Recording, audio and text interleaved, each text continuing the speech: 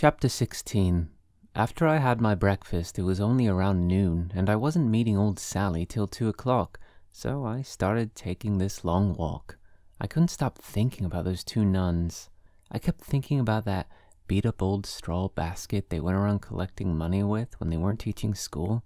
I kept trying to picture my mother or something, or my aunt, or Sally Hayes' crazy mother, standing outside some department store and collecting dough for poor people in a beat-up old straw basket. It was hard to picture. Not so much my mother, but those other two. My aunt's pretty charitable. She does a lot of Red Cross work and all, but she's very well dressed and all, and when she does anything charitable, she's always very well dressed and has lipstick on and all that crap. I couldn't picture her doing anything for charity if she had to wear black clothes and no lipstick while she was doing it. And old Sally Hayes' mother? Jesus Christ.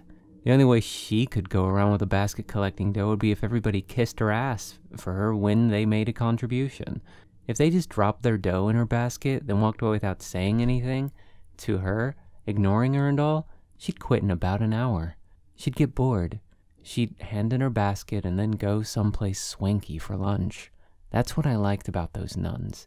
You could tell, for one thing, that they never went anywhere swanky for lunch. It made me so damn sad when I thought about it. They're never going anywhere swanky for lunch or anything. I knew it wasn't too important, but it made me sad anyway. I started walking over toward Broadway, just for the hell of it, because I hadn't been over there in years. Besides, I wanted to find a record store that was open on Sunday. There was this record I wanted to get for Phoebe, called Little Shirley Beans. It was a very hard record to get. It was about a little kid that wouldn't go out of the house because two of her front teeth were out, and she was ashamed to. I heard it at Pincy. A boy that lived on the next floor had it, and I tried to buy it off him because I knew it would knock old Phoebe out, but he wouldn't sell it. It was a very old, terrific record that this colored girl singer, Estelle Fletcher, had made about 20 years ago. She sings it very Dixieland and whorehouse, and it doesn't sound at all mushy. If a white girl was singing it, she'd make it sound cute as hell, but old Estelle Fletcher knew what the hell she was doing, and it was one of the best records I ever heard. I figured I'd buy it in some store that was open on Sunday, and then I'd take it up to the park with me. It was Sunday, and Phoebe goes roller skating in the park on Sundays quite frequently. I knew where she hung out mostly. It wasn't as cold as it was the day before, but the sun still wasn't out, and it wasn't too nice for walking. But there was one nice thing. This family that you could tell just came out of some church were walking right in front of me. A father, a mother, and a little kid about 6 years old. They looked sort of poor. The father had on one of those pearl gray hats that poor guys wear a lot when they want to look sharp. He and his wife were just walking along talking, not paying any attention to their kid. The kid was swell. He was walking in the street instead of on the sidewalk, but right next to the curb. He was making out like he was walking a very straight line, the way kids do, and the whole time he kept singing and humming. I got up closer so I could hear what he was singing. He was singing that song, If a Body Catch a Body Coming Through the Rye. He had a pretty little voice, too. He was just singing for the hell of it, you could tell. The car zoomed by, brakes screeched all over the place. His parents paid no attention to him, and he kept walking next to the curb and singing, If a Body Catch a Body Coming Through the Rye. It made me feel better. It made me feel not so depressed anymore. Broadway was mobbed and messy. It was Sunday, and only about 12 o'clock, but it was mobbed anyway. Everybody was on their way to the movies. The Paramount, or the Astor, or the Strand, or the Capitol, or one of those crazy places. Everybody was all dressed up because it was Sunday, and that made it worse. But the worst part was that you could tell they all wanted to go to the movies. I couldn't stand looking at them. I can understand somebody going to the movies because there's nothing else to do, but when somebody really wants to go, and even walks fast so as to get there quicker, then it depresses hell out of me. Especially if I see millions of people standing one of those long, terrible lines all the way down the block, waiting with this terrific patience for seats and all. Boy, I couldn't get off that goddamn Broadway fast enough. I was lucky. The first record store I went into had a copy of Little Shirley Beans. They charged me $5 for it because it was so hard to get, but I didn't care. Boy, it made me so happy all of a sudden. I could hardly wait to get to the park to see if old Phoebe was around so that I could give it to her. When I came out of the record store, I passed this drugstore, and I went in. I figured maybe I'd give old Jane a buzz and see if she was home for vacation yet. So I went in a phone booth and called her up. The only trouble was her mother answered the phone, so I had to hang up. I didn't feel like getting involved in a long conversation and all with her. I'm not crazy about talking to girls' mothers on the phone anyway. I should have at least asked her if Jane was home yet, though. It wouldn't have killed me. But I didn't feel like it. You really have to be in the mood for that stuff.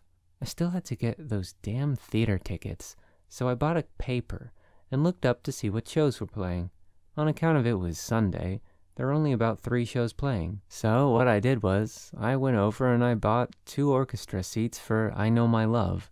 It was a benefit performance or something. I didn't much want to see it, but I knew old Sally, the queen of the phonies, would start drooling all over the place when I told her I had tickets for that, because the Lunts were in it and all. She liked shows that are supposed to be very sophisticated and dry and all, with the Lunts and all. I don't like any shows very much if you want to know the truth. They're not as bad as movies, but there's certainly nothing to rave about. In the first place, I hate actors. They never act like people. They just think they do. Some of the good ones do, in a very slight way, but not in a way that's fun to watch. And if any actor's really good, you can always tell he knows he's good, and that spoils it. You take Sir Laurence Olivier, for example. I saw him in Hamlet. DB took Phoebe and I to see it last year. He treated us to lunch first, and then he took us. He'd already seen it, and the way he talked about it at lunch, I was anxious as hell to see it too. But I didn't enjoy it much. I just don't see what's so marvelous about Sir Laurence Olivier, that's all. He has a terrific voice, and he's a hell of a handsome guy, and he's very nice to watch when he's walking or dueling or something, but he wasn't at all the way DB said Hamlet was. He was too much like a goddamn general, instead of a sad, screwed-up type guy. The best part in the whole picture was when old Ophelia's brother, the one that gets in the duel with Hamlet at the very end, was going away and his father was giving him a lot of advice. While the father kept giving him a lot of advice, old Ophelia was sort of horsing around with her brother, taking his dagger out of the holster and teasing him and all, while he was trying to look interested in the bull his father was shooting. That was nice. I got a big bang out of that. But you don't see that kind of stuff much. The only thing old Phoebe liked was when Hamlet patted this dog on the head. She thought that was funny and nice, and it was. What I'll have to do is, I'll have to read that play. The trouble with me is I always have to read that stuff by myself. If an actor acts it out, I hardly listen. I keep worrying about whether he's going to do something phony every minute. After I got the tickets to the lunch show, I took a cab up to the park. I should have taken a subway or something, because I was getting slightly low on dough, but I wanted to get off that damn Broadway as fast as I could. It was lousy in the park. It wasn't too cold, but the sun still wasn't out, and there didn't look like there was anything in the park except dog crap and globs of spit and cigar butts from old men, and the benches all looked like they'd be wet if you sat down on them. It made you depressed, and every once in a while, for no reason, you got goose flesh while you walked. It didn't seem at all like Christmas was coming soon. It didn't seem like anything was coming. But I kept walking over to the mall anyway, because that's where Phoebe usually goes when she's in the park. She likes to skate near the bandstand.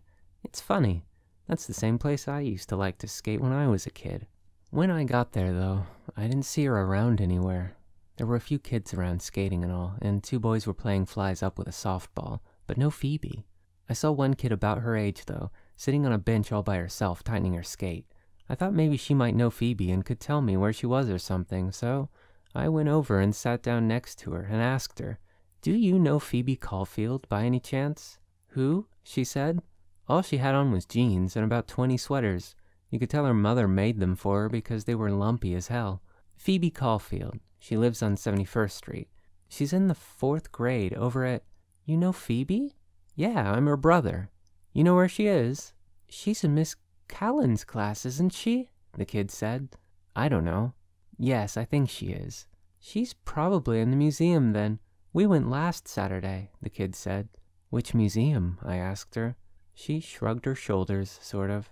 "I don't know," she said. "The museum." I know, but the one where the pictures are, or the one where the Indians are? The one where the Indians. Thanks a lot, I said. I got up and started to go, but then I suddenly remembered it was Sunday. This is Sunday, I told the kid. She looked up at me. Oh, then she isn't. She was having a hell of a time tightening her skate. She didn't have any gloves on or anything, and her hands were all red and cold. I gave her a hand with it. Boy, I hadn't had a skate key in my hand for years. It didn't feel funny, though.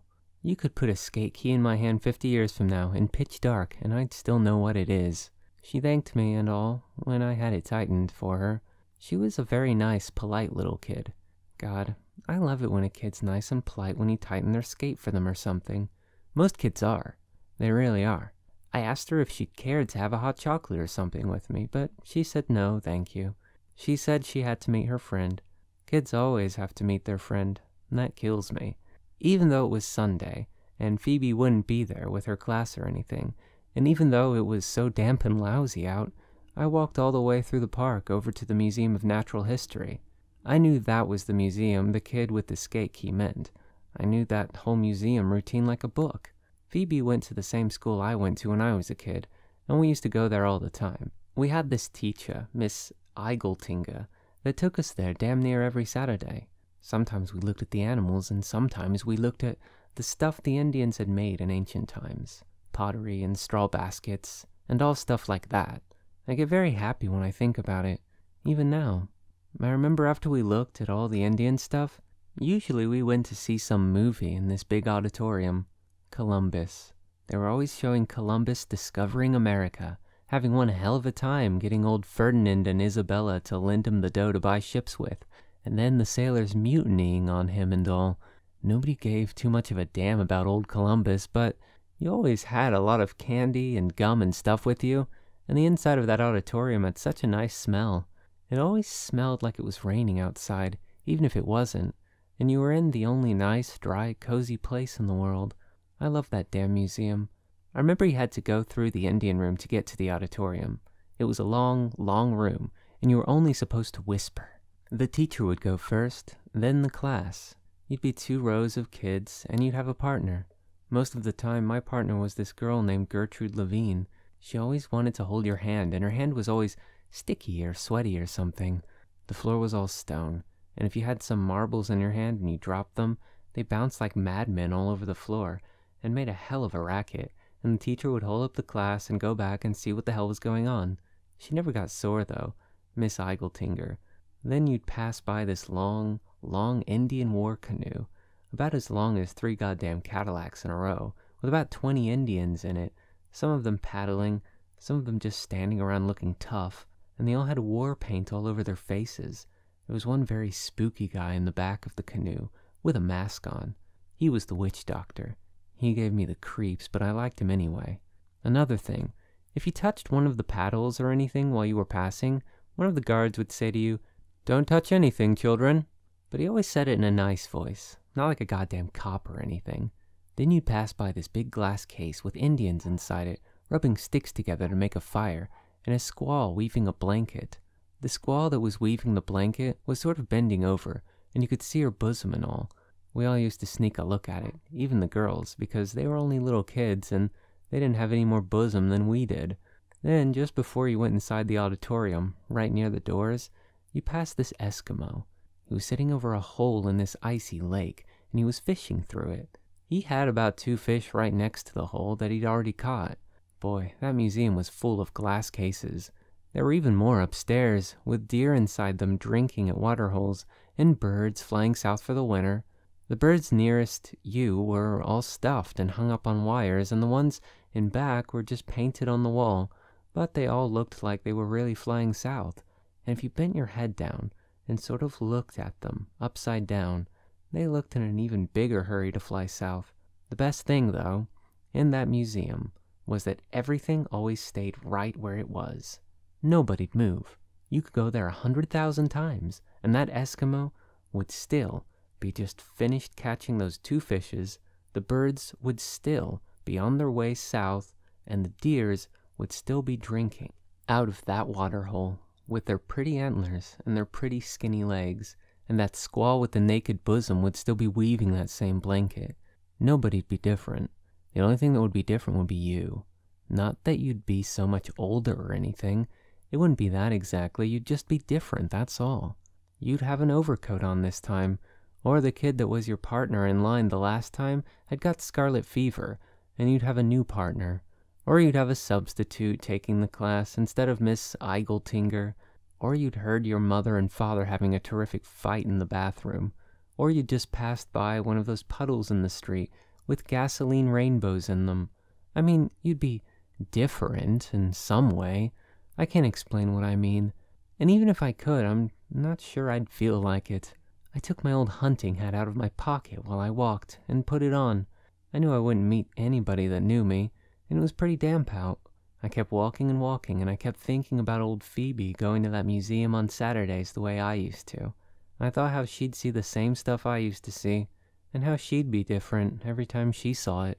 It didn't exactly depress me to think about it, but it didn't make me feel gay as hell either. Certain things, they should stay the way they are. You ought to be able to stick them in one of those big glass cases and just leave them alone. I know that's impossible, but it's too bad anyway. Anyway, I kept thinking about all that while I walked. I passed by this playground and stopped and watched a couple of very tiny kids on a seesaw. One of them was sort of fat, and I put my hand on the skinny kid's head to sort of even up the weight, but you could tell they didn't want me around, so I let them alone. Then a funny thing happened.